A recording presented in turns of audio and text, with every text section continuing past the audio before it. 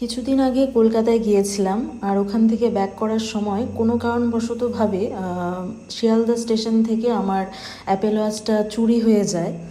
তারপর আর কোনোভাবেই অ্যাপেল ওয়াচটা আমি পাইনি। নতুন করে নেব নেব ভাবছিলাম, বাট ওখান থেকে আসার পর ঠিকঠাক সময় পাচ্ছিলাম না, তো ফাইনালি এটা নিয়েছি আমি। বাট বাড়ি ফেরার পথে হঠাৎ দেখি মুষলধারে বৃষ্টি নেমে যায়। আর এই বৃষ্টির ওয়েদারগুলো আমার সত্যি কথা বলতে একা একা ফিল করতে খুব ভালো লাগে।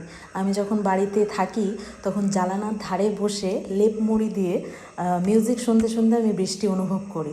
এটা আমার খুব ভালো লাগে।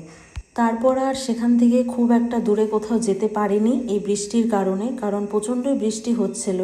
আর বাড়িতে যে ফিরবো তারও কোনো উপায় ছিল না, কারণ বাইরে প্রচণ্ডই বৃষ্টি হচ্ছিল। তো কোথায় যাব, কাছে পিঠে একটা রেস্টুরেন্টে চলে গিয়েছিলাম, যেখানে আমি মাঝে মধ্যেই যাই।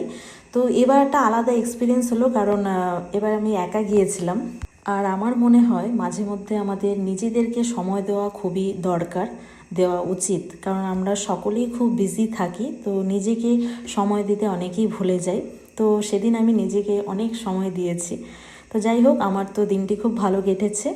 আর ওয়াচটা কেমন হয়েছে অবশ্যই জানিও। বাই।